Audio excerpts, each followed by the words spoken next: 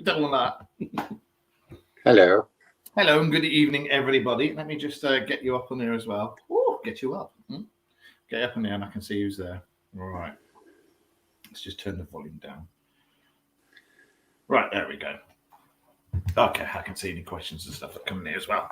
So, how is everybody? And the picture Wayne and I took and put up on there. Sorry? I was just saying, did everybody like the picture we put up? Oh, I put it up first off in 3D, and for some unknown reason, Facebook have decided to brighten the picture up.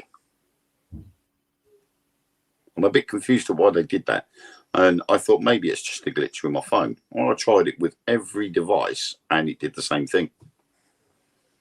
As soon as you put it into 3D, it brightens the picture up. So I'm like, now right, we'll remove the 3D then. Bit weird. For those of you who don't know, it was my youngest daughter Taylor's wedding, and we went down to the wedding at Hertfordshire, and we stopped off the next day and we drove down to see Wayne and Ellen, and had dinner with them and everything, and then drove our merry way, bucked all the way up to North Yorkshire, and I'm still bloody knackered now. So got moaned at for not making enough boiled eggs. Who did? I did. Who by? Tamsin and Ellen. Yeah, Chloe wanted another boiled egg. Tamsin wanted boiled eggs. Ellen moaned because she didn't get any boiled eggs. I'm like, I did 8. I think it was Tamsin and Freddie that were going. Tamsin didn't eat any. Chloe had 2. It was Chloe. Yeah, but I had one in here because it broke. Yeah, which is fair enough. So in essence, then you had 3. I tried to use my fangled new egg slicer, only it didn't work. So it was a good job I only paid 59p for it. Yeah, but I can use it for cutting onions. When do we ever cut onions? I need to, because I need to start adding them into my bolognese. So anyway, how is everybody? How's everybody out there in Facebook land and YouTube land? Let's put a comment in. Hello, everybody. I can see you all now. Hello, Mark from Connecticut in the USA. And hi, Joe. Hi, Irene. And hi, everybody else. Nice to see you here tonight. What did we do? Last week we had Dave on, didn't we? Was it Dave? Sorry. Yeah. Running out. It's the drugs. We had Dave on last week. We're going to continue with our part 2 of the Appalachian Trail Boogie Monsters tonight. And we have got a couple of more guests coming up in the next few weeks. Actually, funny enough, Glenn Richardson messaged me and said, "Can I be a guest on your show?" So he knows his stuff about paranormal and UFOs and things. So we'll get him on in a few weeks as well. You've got somebody who wants to come on as well, haven't you? I've got a few actually, but I can't remember who they were. It's the medicines, I tell you. It's the drugs. Lois wants to come on as well, so we'll get Lois on at some point as well. It's my illness. I can't help it. The Viagra. Is it the Viagra again? Oh, I wish. You don't need it. Oh, did you hear that whisper in the background? What was that? Ellen goes, "You don't need it."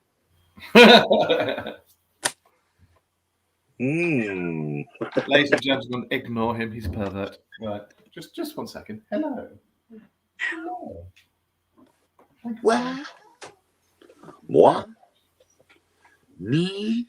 My glamorous assistant here. My gorgeous missus. Hang on. Say hello. Hello. Oh, and there's Ellen. Ellen went, hello. Hello, Ellen. Hi. I just grew a second head then. Oh, and Joe said hey as well. It got stuck in his neck and now he has a stiff neck. Dear, oh dear. Oh, yeah, you and that bloody nun. I bet you get Ellen to dress up like that. In his dreams. Sorry. My latest craze is doing diamond paintings, and so I'm doing horror ones. You see what I have to work with? See? It passes the time away. Funnily enough, my missus was doing one for me. It was Boba Fett. Wasn't it? Was Oh no, it's Baby Yoda. Yeah. I haven't forgotten. But Ah. yeah, it's a good stress reliever. I can think of a few things else that are as well. Oh, Well, there is, but it's got to be. You've got to make sure that it doesn't involve waking the kids up.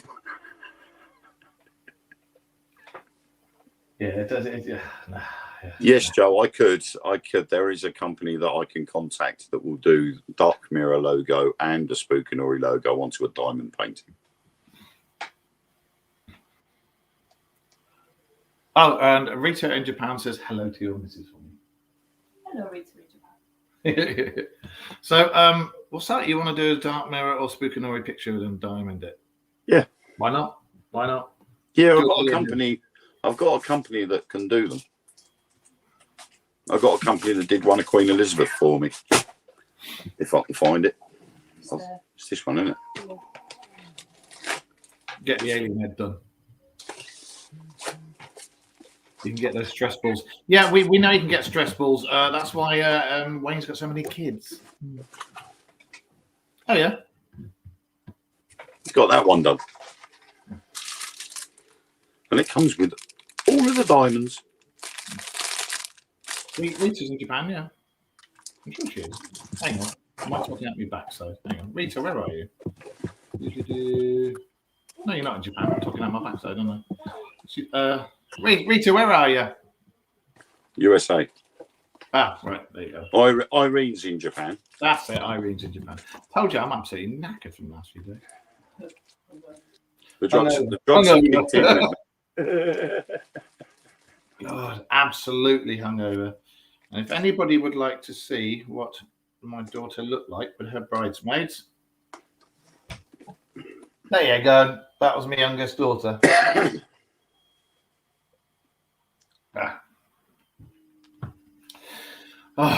Right, I suppose we better start on this part 5 in a minute. Just for those of you who have no idea what we did, we're going to start doing top 10 lists of all scary shit like that. And we got halfway through the Appalachian Trail cryptids, didn't we? Now you've got to have more. What are you on about, Eric? So yeah, we got halfway through, and now we're going to finish off that one tonight, and then we may do something more with UFOs or whatever. I do not want any more children. I've got 2 daughters and 4 grandchildren, and I think Wayne's trying for his own 5-a-side tribe. I'm not sure. Hell no. No. No. I've been told I'm not. No. Yeah, I've just been told I'm not having any kids. I'm going to be Ellen's chief eunuch. Oh, you're going to have the same operation I did? I've got to do something. It's either that or 2 bricks. I do it with 2 bricks. Do you know what? I watched Saw 10 before I came on here tonight. And that guy, whoever wrote the Saw films, has got one twisted mind. Saw 10? Yeah. Jesus. I stopped watching them at 5. Saw 10 is set between Saw 1 and 2. They've jumped back. They jump backwards. No, I stopped watching it at 5. I will honestly say that it was a very good film. I really enjoyed it. Because it's a bit like watching the Star Wars films. You know, you sit there and you watch New Hope, Empire Strikes Back, and Return of the Jedi, and then all of a sudden there's these other films that piece things together. Well, there's so many more coming out now, isn't there? Yeah, I mean, you find it's like you watch Star Wars up to Return of the Jedi, and then you say to yourself, well, how did Anakin turn over to the dark side? So along comes these 3 other films that explain how Anakin becomes Darth Vader and how the Clone Wars began and the Empire increased. And then you get these little standalone films that pop up in between, which explains what happens with other characters in the other bigger films. And you're like, right, okay. Fair what was awesome in the Star Wars world was the Book of Boba Fett. That was absolutely awesome. I did enjoy that. The Mandalorian. I'm not going to say anything about The Mandalorian because I'm not going to spoil it for anybody who hasn't caught up with it. But The Mandalorian, there's Yes. Yeah. I'm not too sure about the new one. I've watched the first couple of episodes of the new one. I'm not too sure on it at the moment. So Which one's that? Ashoka? I'm not too sure about that one at the moment. I'm still warming up to it. Well, it's me and Star Wars. I mean, yeah. Upside down, but there you go. Yeah. Oh, right. Shall we start with this? Anyway. Yes. As we are 10 minutes late. Yeah. Do you want to do the Bell and Witch? We stayed in the Bell Inn, didn't we? The Bell Hotel, 16th century coaching house, wasn't it? With all beams and stuff, and wall sockets that were falling out the walls and cocking up our reservation and everything. But anyway, I'm not bitter. Carry on, mate. Anyway, the Bell Witch haunting. The Bell Witch is a legendary ghost or spirit from the folklore of Tennessee. According to the legend, the Bell Witch was an evil entity that haunted the Bell family in the early 19th century. The Bell Witch is said to have caused a wide range of supernatural phenomena, including poltergeist activity, strange sounds, and physical attacks on members of the family. The entity is also said to have had the ability to speak and was known for its taunts and insults directed at the Bell family. The legend of the Bell Witch began in 1817 on the Bell family farm when their daughter became engaged. The paranormal activity, like strange knocking sounds and things around the house being disturbed, continued for several years. After supposedly threatening to kill the father, John Bell Sr., he was poisoned and the haunting mostly stopped. Today, the Bell Witch is still regarded as a dangerous and malevolent spirit in many communities in Tennessee. What do you make of the Bell Witch? Because I mean, I've seen a lot of things about the Bell Witch, and I've read a lot of things about it, and I think there was something that happened, especially when you read the kids' reports, what they were saying. Yeah, and firstly, not to be confused with the Blair Witch. Oh no, two separate things. just to clear up any sort of. Well, the Bell Witch was the one with the close up of the nostril with the snot coming out. Yeah, big runny nose. Yeah, The problem is that it's been classed as the Blair Witch, but the Bell Witch, but it's technically nothing to do with a witch as such, is it? Really, there is no on the stuff I've seen that they don't really they haven't gone into any detail as to who the Bell Witch was. They've just classed it as an evil entity, so it's just a haunting. It's a ghost. But for some reason, they've called it the Bell Witch. And it is just basically on poltergeist activity. But as we know, is unfortunately some people within the States do like to sort of go a bit overboard and everything's demons. Yeah. So you could see that it could be being slightly misconstrued and has come out as the Bell Witch rather than, a ghost. I've got something for you, and you guys in the chat room and everybody else watching.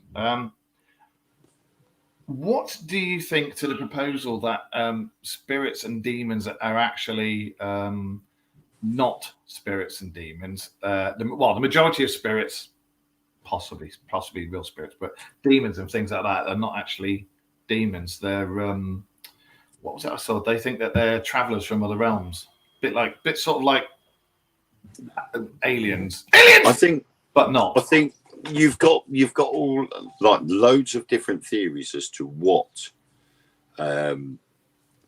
these things are. And I personally think, on a personal level, I don't think there is any such thing as angels and demons. I just think they are good spirit or bad spirit. That's it. Whether they're so much as they're interdimensional beings, that would be another thing to look at. And as we were talking, was it yesterday we were saying about, it was yesterday, we were talking about Jim Penniston over at Rendlesham Forest. the binary code that he saw has been translated. And nobody's talking about the binary code. And the binary code that he saw in his mind's eye when he touched the side of the UFO turned out to be the same computer language that we use with computers. It was deciphered, and apparently it comes from the year 8100. And it is the future versions of us.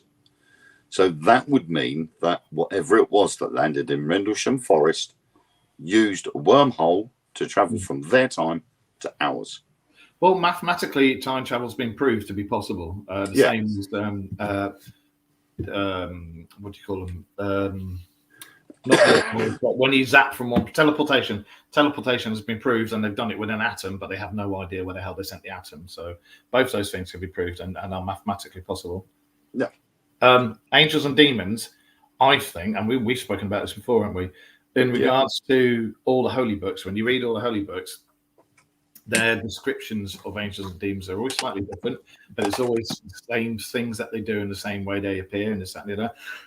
And I think if you look at the legends of the Anunnaki and stuff like that, it was literally aliens that appeared and had a scrap on our planet. And you had the good guys and the bad guys, and the good guys helped us, so they were the angels, and the bad guys didn't help us and didn't want us to succeed, so they had it in for us, so they were the demons. And I think that's where that comes from. Yeah, I mean, if you meet somebody, you haven't met them before, and you get to meet somebody, and you haven't known them for long, and all of a sudden they do something that's quite nasty, and you would then turn around as a figure of speech and go, "Oh, you're evil, you are." Yeah. Then it could be mistranslated later at a later date that person was evil, that person was nasty. You're a demon. We don't, through figure of speech, that person could be then described as. And maybe back in history, that's how it happened. The word demon materialized through word of mouth. And so anything nasty was classed as demonic. I think a lot of the stuff that's classed as demonic and angelic, and like, what was it, the Miracle of Fatima? I think a lot of that has been misidentified and misconstrued, and it's something else that we still don't know yet. But I think it's interdimensional or interplanetary, and I've always thought that, like the gods. I think the gods were. I think they were real, but I think they were interplanetary, and there's a perfectly legitimate explanation for how they could do the things that they could do. They just don't have we don't have the technology anywhere near what they had, and we still don't. That's why we thought, oh, they're gods. So, sorry, I was just watching a butt over there. But you all right there, Wayne? Have you fallen asleep? Yeah, sorry. Someone's just sent me a really sort of... I'm trying to figure out this message. Someone's just sent me a really bizarre message. Sorry. How bizarre. How bizarre.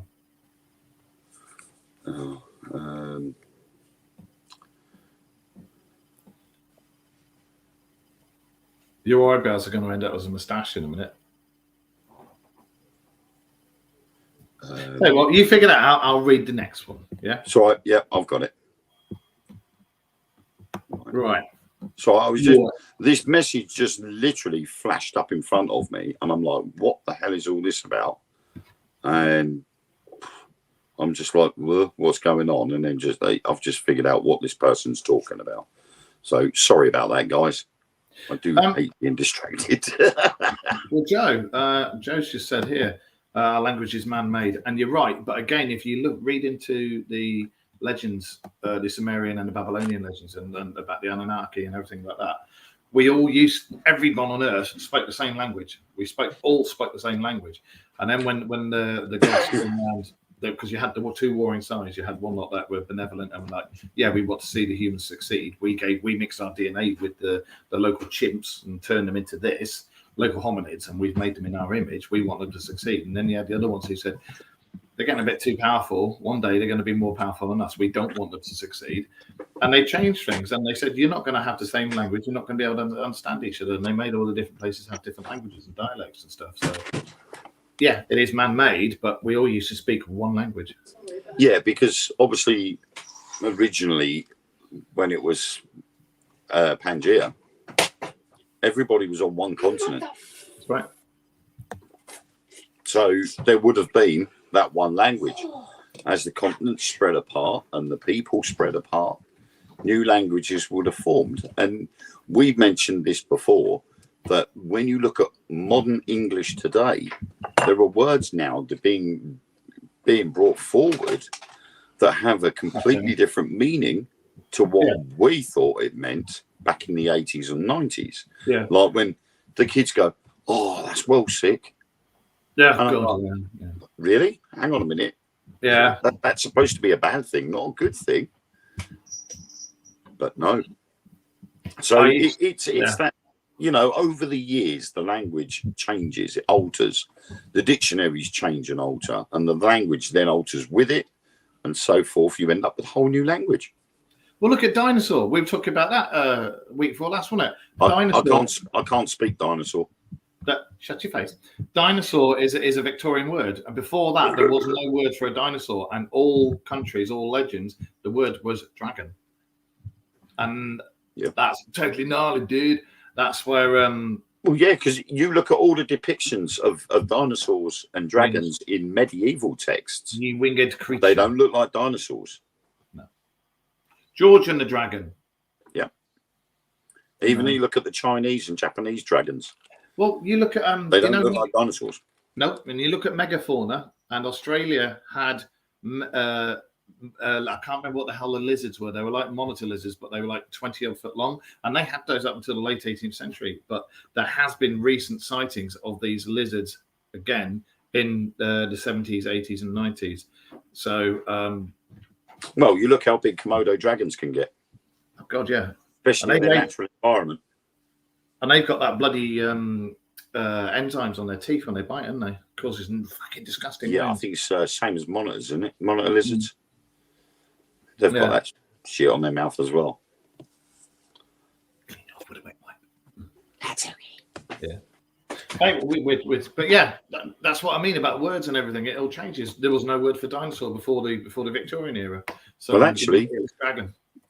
That moved really well into number 4. It did. Indeed. Which is that one there. All right. Number 4, the Flatwoods Monster, also known as the Braxton County Monster, is a creature from the folklore of West Virginia. Sure, West Virginia, wasn't that in the song? Anyway, according to legend, the monster is tall with glowing green eyes and a spade-shaped head. Country Road. The legend of the Flatwoods Monster began in 1952 when a group of people in Braxton County reported seeing a strange object crash land in the woods. When they went to investigate, they encountered the monster, which they said made a hissing noise and gave off a terrible smell. So it could be an ex-in-law or something. The incident quickly gained national attention, and many people came to the area to investigate. While some believe that the sighting was evidence of extraterrestrial life, most speculated that it was a hoax, bless you, or a misidentification of a known animal. Now, I can remember reading a few things about this. There have been sightings down throughout the years, and it has been the sighting of a big lizard, but a lot of the recent sightings have said it's a bipedal lizard. Is it one of the draconians? Because, you know, out of I think there's 40 different races have been recognized of types of aliens. Yeah, exactly, Joe. And there's only sort of like 2 or 3 that are malevolent towards us, and the draconians are one of them. They don't want us about. They don't want us to join the was it Galactic Alliance? They don't want us to join that. The Galactic Federation.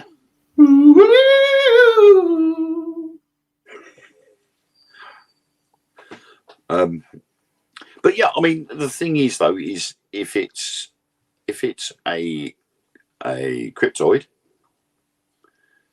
and it's natural to that area, it's very coincidental that something crashed into the forest at the same time.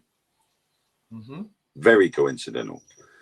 And when these people go to find it and to see what it was that crashed, they were then confronted with this monster in the area that the crash had happened. So I'm sorry, but majority of people would have put 2 and 2 together and gone, that's come from up there. Yeah, exactly. Not to say that it hasn't come from Earth in the first place, gone up and over and down. Could it have been a scouting party? Nah, wrong uniform. Yeah, they got to build their bivouacs and their campfires. He was playing with his woggle, but it was the wrong uniform. Ooh. It's like some of the things that we were talking about before. These so-called future boys that come from the future, and I've seen it in so many reports, and there's been military reports and FBI reports and everything that have come out, and they've had bits redacted. But in those, they say that a lot of the reptilians come from under the ground, and they are part of the remnants of the Atlanteans, and they all went underground to survive everything, and they're there with their technology, and they want nothing to do with us because all we want to do is fuck the earth up. So they stay down there, and whenever they encounter us, they're like, piss off, I will kill you. So is it them? Is it draconians? Is it an alien? Or is it just some kind of big horny lizard? I don't know. I don't know, because the way I'm seeing it is we're actually doing them a favour. All this business that's been going on lately about getting rid of fossil fuels, lowering carbon emissions, and all this, we're actually doing more damage by lowering the carbon emissions than we are by increasing them. The levels of carbon dioxide in the atmosphere is actually lower than what it was during the last volcanic period. Actually, yes, I remember reading something about that. Yeah. So, and then what happened after that volcanic period? We had loads of forests and trees, and shit was growing everywhere.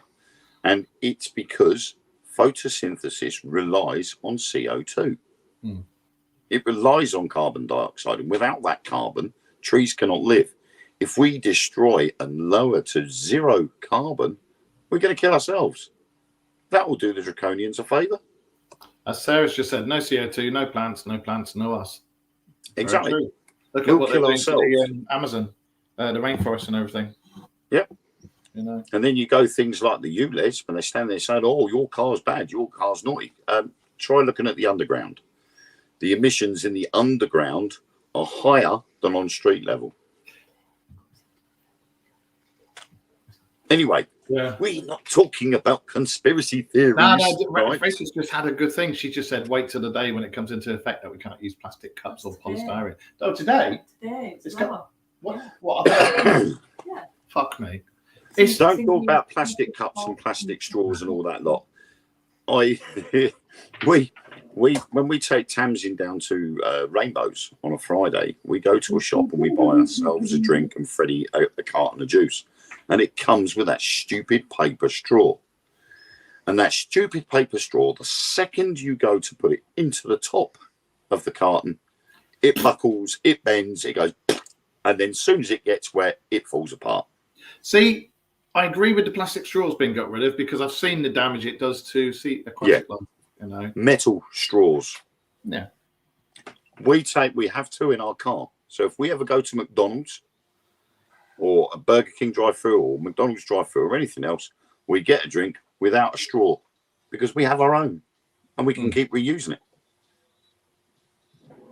Problem solved. But anyway, it's like one thing I'm gonna just put out there, and then I'll leave it there because we know we like talking about bobblements. The Mr. Siddiqui McFeety Khan. Mr. I've got shares in Shell. Yep. And just all of them. The Prime Minister, the Mayor of London, they're all bloody well in it. They're all making loads and loads of money. They're raking it in. They're ripping everybody off. They're raping the country.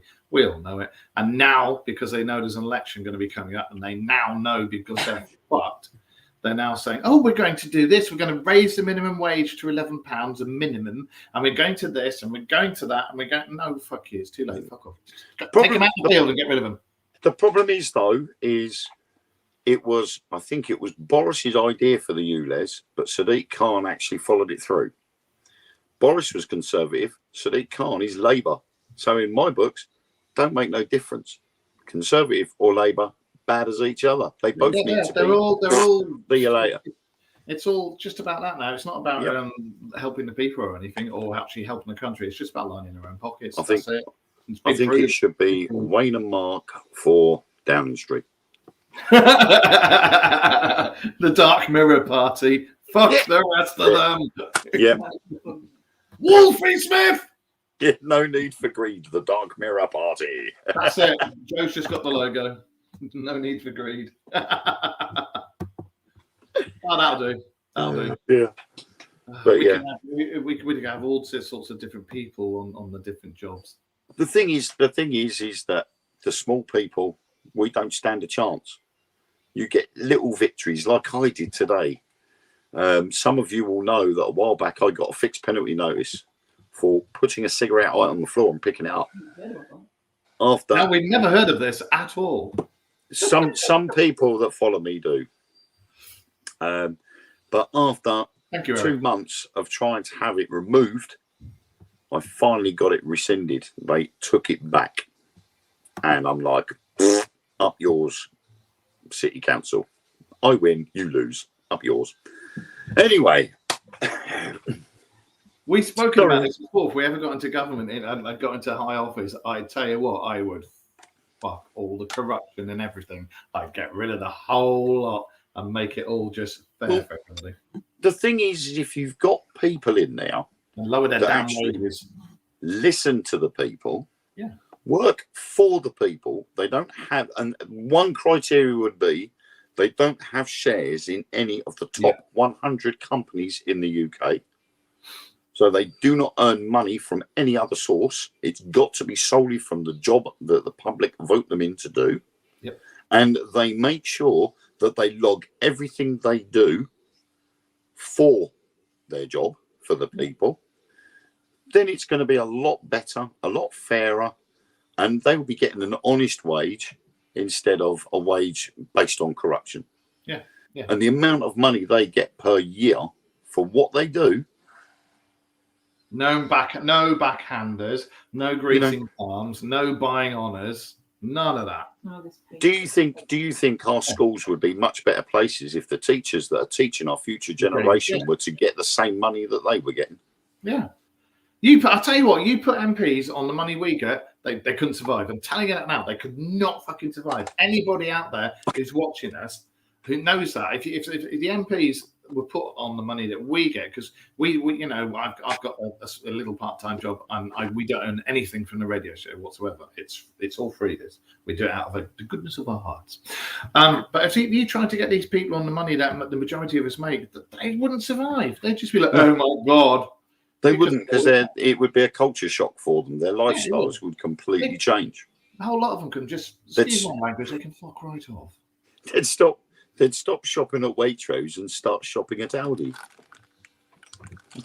That's a good idea. I'd have a representative of every major industry, like a doctor or nurse doing health, and you'd have a teacher in charge of education.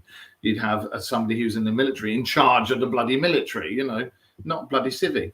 Yeah, we did know. I noticed that someone within the Ministry of Transport, I think it was the commissioner for the East Anglian region, never even driven a lorry or a coach in their life, and yet they were responsible for making decisions as to how people run coach and lorry companies. And you're like, hang on a minute, if you've never touched a lorry, what gives you the right to tell a lorry driver what he can and cannot do? You surely must have experienced that job to be able to quote that job. But no. And that's the thing. The idiot who's in charge of our country now, look at me, he's the richest prime minister the world's ever had. That tells you everything you need to know. His missus has got shares in the gas giants, and so she's also got shares in Kiddie Karoo. Yeah, and they've all been given tax breaks. The whole lot of them have been given tax breaks and easing of this and easing of that. Since I think everybody should be given tax breaks. He needs a break, I tell you.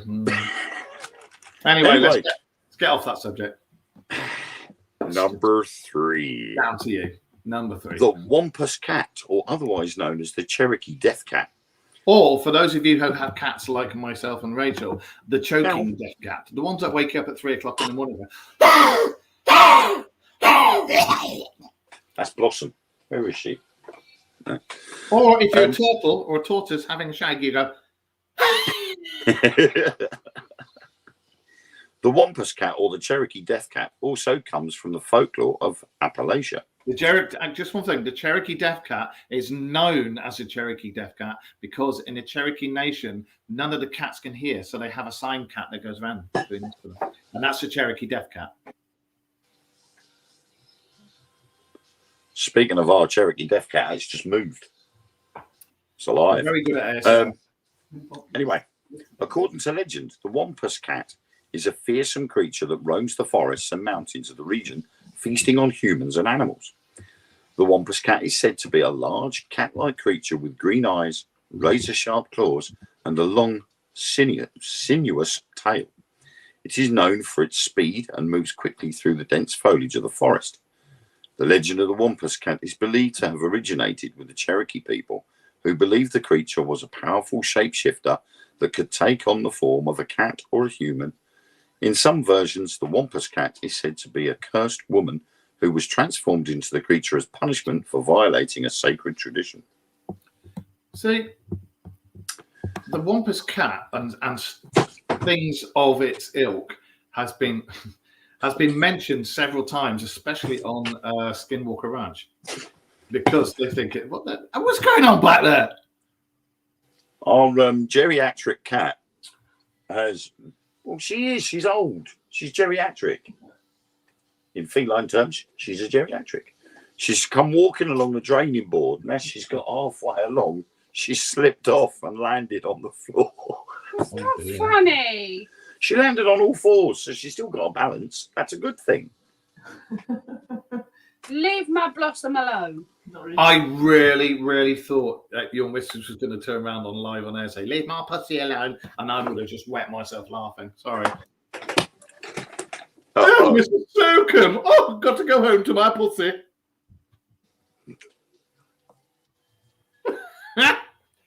Yes, the cat. You can go now. Go away. A lot of the legends say skinwalkers, and as Eric just said in there, skinwalkers. I think skinwalkers because they do so many different things and they use so many different herbs and spices in their things that they see things, they hear things, and why can't things turn into other things? Exactly. I mean, if you look at the likes, so I know this seems a bit cliche, really, to say it, but when you look at the Curse of Skinwalker Ranch, you know, that was all about originally, and they talk about UFOs and the aliens, but they haven't really sort of gone so much into the history behind Skinwalker Ranch. No. And they delved into it a little bit in the first series, but when you go right back in Skinwalker's history, it's between two native tribes. One enslaved the other, and in the end, the other cursed the other tribe. That's right. And they were using whatever spiritual influence they could to get one over the other. Yeah. So it's not a surprise that a lot of the creatures or ghosts or whatever that we've mentioned in this top 10 have got Native American backgrounds. Yeah. It will be riddled with it. Well, But you'd find most of the American legends will have some roots in Native American history. I've always said when it comes to things, you know, like all the legends of things, listen to the natives, listen to the Native Americans, because they are at one with nature. They know. They fucking know their onions and they know exactly what they're talking about. And they've been treated like shit for so long. And it's still... Maybe that's why. Maybe that's why they've been treated like that for so long, because they know the truth. Oh, I just realised Rachel's got Native American in her ancestry. Her surname Nellis is what does it mean in Canadian business? It's Canadian Indians. Yeah, it means nice drive. She's got. That means you're my little Hiawatha. Yes. So you've got to listen to me because I've been through shit and I know stuff. There you go. I got Pocahontas here. I don't want to know what you poke. Thank you very much. Aye, aye. Oh, thank you. Bubbles. Anyway, is it me with number 2? No, it's not. It's you with number 2. The Grafton Monster. Right. In at number 2, the Grafton Monster is a creature from the folklore of West Virginia. According to legend, the Grafton Monster is a large bipedal creature that roams the forests and hills near the town of Grafton. The creature is said to be between 7 and 10 foot tall, with a muscular build and slick body similar to a seal. It makes a whistling sound that some suspect is a spaceship. I've heard of whistling monsters before, never whistling monsters with whistling spaceships. I thought you got that from parachuting naked. That was just me butthole. That's what it was. Depending on who you listen to, do you know what? If me and the missus went naked parachute jumping, you just hear. Blub, blub, blub, blub, blub, blub, blub. Wouldn't you hear a full orchestra? You do that on your own. That's my balls flapping in the breeze. Depending on who you listen to, it might not even have a head. I'm trying to think what that thing was. I'll remember in a minute. The legend of the Grafton Monster began in the 1960s when several sightings of the creature were reported in the area. While some believe that the monster is a misidentified bear or other animal, others believe that it's a true cryptid. A previously undiscovered species of creature, and its legend continues to be passed down through West Virginia folklore to this day, and many people in the region still believe that the creature is lurking in the forests and hills around Grafton. There is a monster from legend, and I'm trying to remember, for the life of me, remember its name, and it's basically a big human, and the head's down here, the face is down here. And I can't remember if it's like a durian or something like that. And I can't remember for the life of me what the name of it is. But it is in legends and myths of various cultures. This thing with its head. It's on the head's on the chest. I can't remember what it was called. But that's what that sounds like to me. It doesn't help not knowing the name, I realise. But I will find out. What the hell is it called? Yes, I'm going to Google. Well, I mean, again, it goes back into folklore. So, of course, folklore, you're going back quite a distance, and you'll probably find that somewhere along the line, it would end up in native Indian folklore. Well, Gollum was not a real creature. A golem. A golem. Sorry, yeah. A golem. Yeah, no. A golem was a Jewish legend. Oh, is he back? He's back. A golem is from Jewish legend, and they used to build it and make it out of clay, and they put a chem in its head with the holy words written on it that it had to abide to. Yes. But not as in my precious. Yes, but a golem had a head. I'll find out what it is. Hang on. You're bad hobbitses.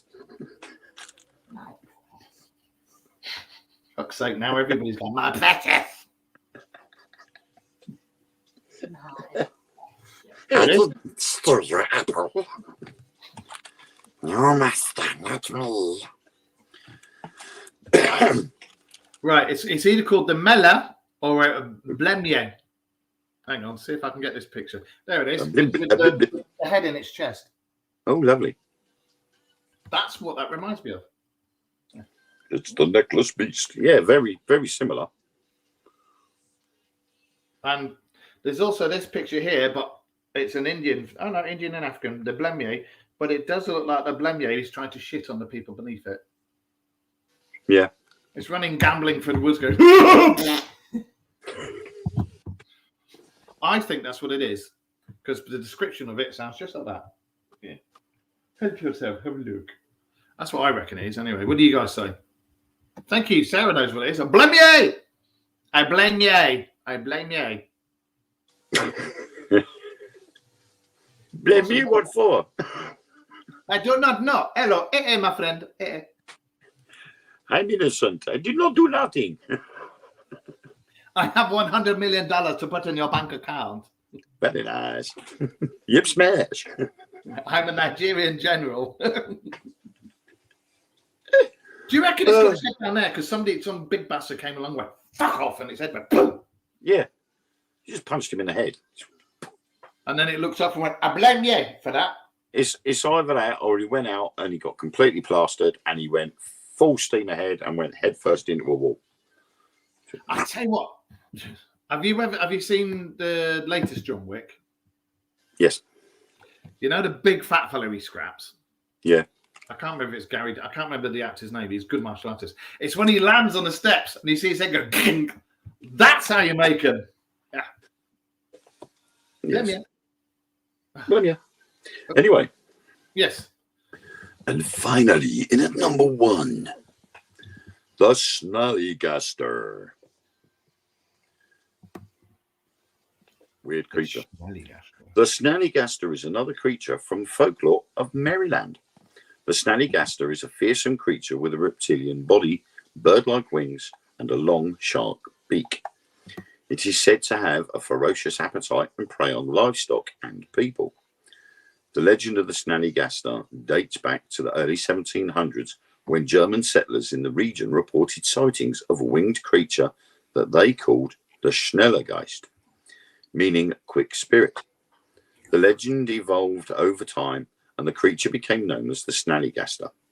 In the early 20th century, the Snallygaster became the subject of a media frenzy, with newspapers reporting sightings of the creature and offering rewards for its capture. Despite the hype, however, the Snallygaster was never caught or proven to exist. There was a really shit horror film done in the 70s, really shit B budget movie called Q the Winged Serpent. Now, Q the Winged Serpent was based on the legend of the Snallygaster.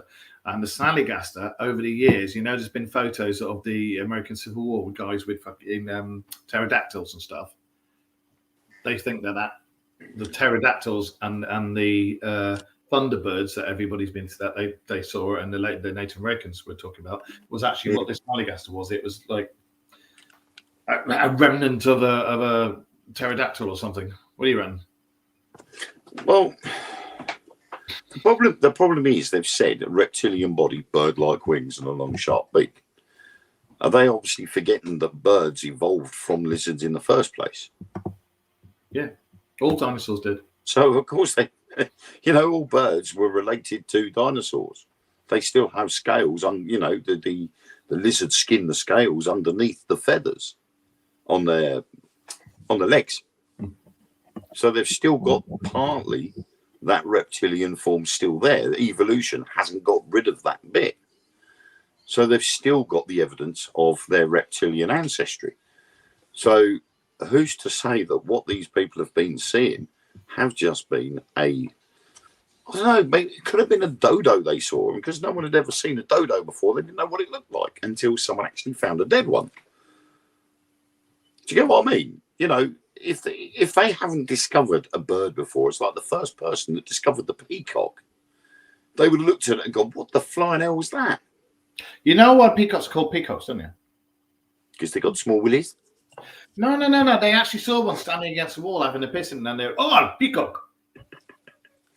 I'll tell you, we a few years back, we had a friend of ours in our darts team was deaf, and nobody knew sign language, and she knew a fair bit of lip reading. But trying to explain to her what a peacock was, we tried our best to say it as properly as possible. Yeah. So that she would understand it. She still didn't know. And in the end, we were going pee and then pointing down to our private parts. So we had to literally break it down to one. And luckily, the landlady came out with some gammon and eggs. And it came with a side order of peas. So we asked the landlady if we could have a pea and go, pea, cock. So basically, for years, your friends thought you had a tiny penis. And we're like, oh, my word. And it took us literally an hour and a half to explain what peacock was. It was, we did in the end. We nicked a pea off of this guy's gammon and chips for the pea and then pointed down below. That was the only way we could actually get it through, but it took us an hour and a half to say He the actually word went to peacock. Love Honey, bought one of these strap-ons that sticks to the washing machine door and got a peel out. Oh, it was quite funny, and we all laughed about it, including the lady that was deaf. But never want to go through that again. It was embarrassing. All right, we've all got to learn some Makaton somewhere along the line. Well, that thing about the smelly gaster is the smelly gaster. Eric, you twat. He said smelly gaster. Smelly gaster, or whatever the frick it is. Snallygaster. We've spoken about this before. There's legends from the Congo, and I think it was Central and Eastern Africa, where there's supposed to be places where there's still dinosaurs to this day, and there's supposed to be places where either the locals say, "Don't go in there, do not go in there, you won't come out." And the thing is, you know, when you go back to the 1700s, we're talking 300 years ago. Now, 300 years ago, the United States wasn't all completely explored. There would have been areas of the United States that weren't covered by exploration. Well, there's still parts of it now that haven't been. So it could have quite possibly have been that these German settlers have had experience going somewhere else. So they could have been to places like North Africa, Asia, and seen bizarre, strange creatures. And then they've gone, we'll settle in America. And they've gone to America. They've gone to this area that hasn't really been explored properly. And they've seen a similar strange bird. And they've gone, Snallygaster. Well, originally, Schnellergeist. Schnell! I saw it when I was in my little tank, yes. The bloody thing, it flew straight at me. My name is Hans. I am the German man in black. I have ways of making you talk. Soft cushion, comfy chair, and a big willy. Please look in the light. So, and this is Manfred. He helps me.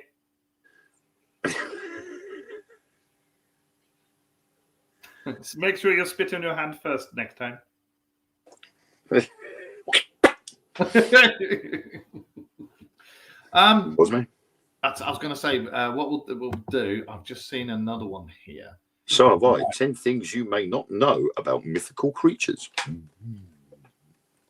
I've not seen that one. I was going to say more macabre folktales from around the world, or the famous hags and witches of legend. Say that again. The 10 creepy stories. No. Macabre folktales from around the world, or 10 of the most famous hags and witches of legend. Ooh, I think the macabre sounds better. Macabre, right? Yes. Let me just. Come on, you bastard! Get on there. Right. Let me send this to you, and we can at least read a couple out, and then we can carry on with it next. 10 engrossing facts about cannibalism. Oh, go on then. Tell us a fact about cannibalism. I wouldn't know. I've just got, for some unknown reason, that won't come up on mine. It just comes up more great lists, and I thought, oh, I'll have a look at this, and then it's just gone completely pear-shaped and don't want to load. You got it? I've got the one you just sent me, Yeah. but for some unknown reason, that won't open either. Hang on. What's going on? The top one is called Bloody Bones and Raw Head. Now, I'm not even going to go down that road. No. It said Raw Head. I was going to go with a few jokes. I won't. I'll be nice. Yes. Oh. My friend Mr. Spurrier has moved out of Vegas and gone to Oklahoma. Sorry, you didn't really need to know that. Where are we? Right, there we go. You're going to load now. Hey. Raw Head and a full load. Jesus, Wayne, you're just giving them to me, aren't you? Have you got it? Yeah. All right. Why am I getting Ghost Rider? Yeah, in it. I'll let you read out the top one. Number 10. Yeah. Oh, yeah. Bloody Bones and Raw Head. I made Ellen laugh. I heard her. Did you hear that? He said Raw Head, and all I heard was, stop it. Shall I actually read the little prefix bit before it as well? Because that's Why not? she's disgusted. She's walked out. Folklore is woven into the fabric of most countries around the world. There are light-hearted tales, romantic ones, holiday tales, war stories, and more, all told with great gusto around dinner tables that host generations of the same families, or on a Sunday night on Spookanori Live. However, there is also a very dark side to folklore, as evidenced by the entries on this list. The following tales aren't of the heartwarming, wholesome variety, and they're hardly dinner table fare. They certainly don't come off as something to tell to wide-eyed children. Unless you're sick and twisted like me. So, from number 1, or number 10 even on the list, Bloody Bones and Rawhead. Rah.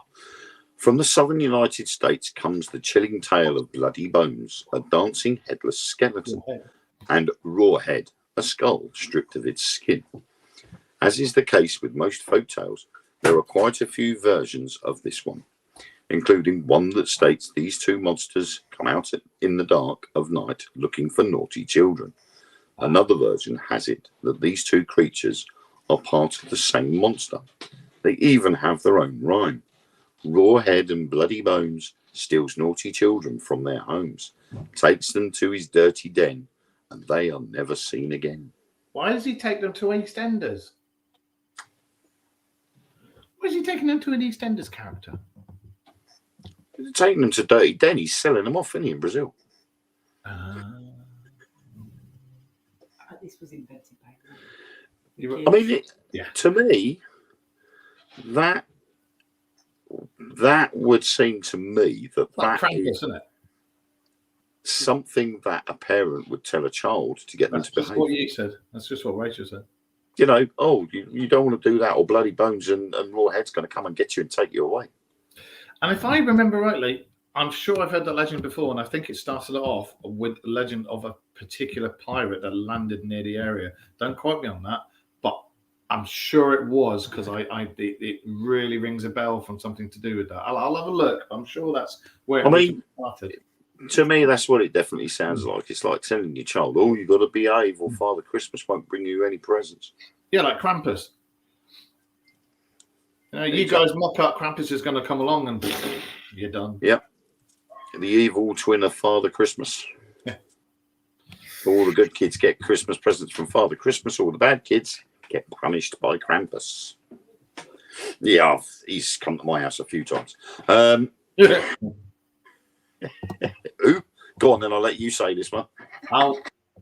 We'll do this one, and then we'll stop it there. There's... Where is it? Let me just read where this is. Paraguay. So that would be Chasi Chater. Well, they don't say J. They don't say J. It's Ch. Some strepsils will cure that, Mark. Yeah. Chasi Chater. Or Jazzy Jater. Parents use many tactics to get their children to behave, eat all their food, take a nap, go to bed, and so on, as we've just said. Some involve treats for their good behavior, while others involve scary tales to scare the shit out of them so they behave. One of these creepy stories comes from Paraguay. It is said that a creature by the name of roams the streets during siesta time in search of children who wish to continue playing outside instead of taking a nap.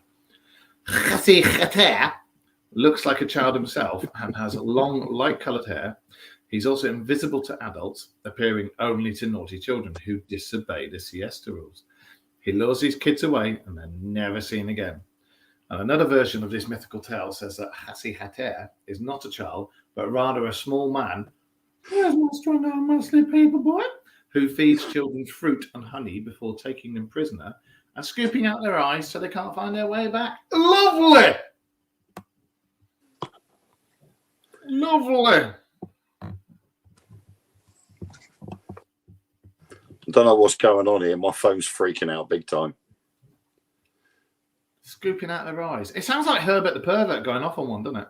But again, it is the age-old, do as you're told or this will happen. That's what it sounds like. I can remember the amount of crap my mum used to say to me. If you do that, this is going to happen. If you do that, Jimmy Savile will come and get you. You know, so. What we get into. Yeah. I don't know. Well, there you go. Now you know what we're going to be doing in the next list. We're going to be talking about strange folkloric legends from around the world. If you guys like these lists, we'll carry on doing these for a while. We'll mix it in with the old guest and this, that, and the other. But if that's just what you like, then yeah. Oh, we are going to be having a website very soon. The website's up. I've just got to get it all sorted and pictures up and everything. And hopefully things will go from there. And we may start doing things to sell, T-shirts and this, that, and the other. And if you want to send any of us a message, or you've seen any UFOs, you've photographed any, you've filmed any, or any other things cryptids, please drop either myself or Wayne a line. Drop us a line. Or No, thanks. send an email to the Dark Mirror Radio Show at yahoo.com, and we'll get to it. But yeah, please like us, share us, beat us, use us, abuse us, but like the show. Actually, don't beat me. Wayne likes that sort of thing, so do it to him. But yeah, if you see anything, remember, keep your eyes to the skies. If you see it, tell us. Wayne, what are you up to? What you got coming up? Plug your show. Go on. Well, we just had the live premiere of Truth Beyond Paranormal on YouTube. A very jaw-dropping 2.5-hour episode, which was pretty cool. And every Sunday night, we have, or I have, at 9:30, 10 o'clock, around that area, Spookanori Live, which is now into its 4th or 5th week, which has been going really well. And we have started with the first 3 chapters of my first publication, which was Whistle from the Hill, which went really well. So next week at about 9:30, 10 o'clock, I will be reading the second part of Whistle from the Hill on the Wayne Seaven Presents Spookanori group. And I think now and again we should really delve into conspiracy theories, because people love that. Yes. Especially stuff about the Bobberments.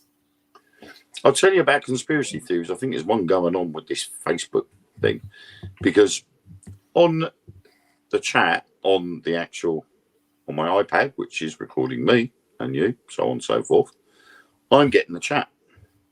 On my mobile phone, it stopped after Joe's comment about no need for greed. You have to keep refreshing it. It does it on mine as well. It I just can't. stops. I've been trying to. Oh.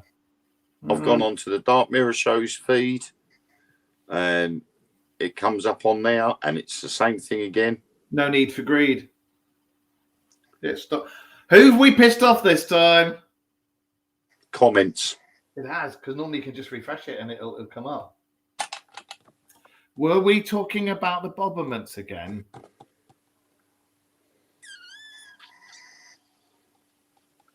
There you go, ladies and gentlemen. Keep watching the Dark Mirror Radio Show, because we're sure to piss somebody off. We've only got we've got one person watching as well. No, we've got more than that. Now it's gone up to 2. No, we've got more than that. There's a lot more people in the chat room now. I've got a lot of likes and hearts coming up, but it's coming up as only 2 people are watching. And Joe's comment, no need for greed, was the last comment in there. Yeah, it stopped at that. But in the StreamYard, all the comments are there. We can see we can see all your comments that you've been saying, so don't worry. It's all here in the StreamYard, but on the Facebook one, it stopped. So obviously somebody in Facebook doesn't like what we were saying. Bless. Right. Yeah, Sarah's still there. See, still here. So we can see your comments, but in the Facebook ones, as I say, they've put the kibosh on it and stopped it. Because they're assholes. Anyway, on that note, us from the Dark Mirror Radio Show, we've actually got the same T-shirt on today.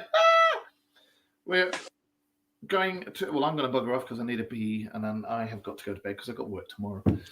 Yes, I've got to go and finish off playing blockbusters as well. You need a pee, Bob. Yes. And on that note, I shall say from Wayne and myself, thank you ever so much for watching us, and enjoy whoever's watching it in the week. I hope you enjoy it. And as I say, remember, if you see anything, tell us. Keep your eyes to the skies and let us know what you see. And on that note, we will see you next Monday back at 9:30 and onwards and upwards for the Dark Mirror radio show as well. We've got things in the cooking away that are going to be coming up in the future. Very good stuff. We were talking about it yesterday. So on that note, it's bye-bye from me. Bye-bye for him. It's bye-bye from my other half, Rachel. Say bye-bye, Rachel. Bye. No, you got to say bye, Rachel. Bye, Rachel. There you go. And yeah, it was a disembodied hand. Fucking wasn't mine, was it? Right. See you later, guys. Thank you for joining us in the chat room. Bye all. I'm straight, but thank you. Right. See you later, guys.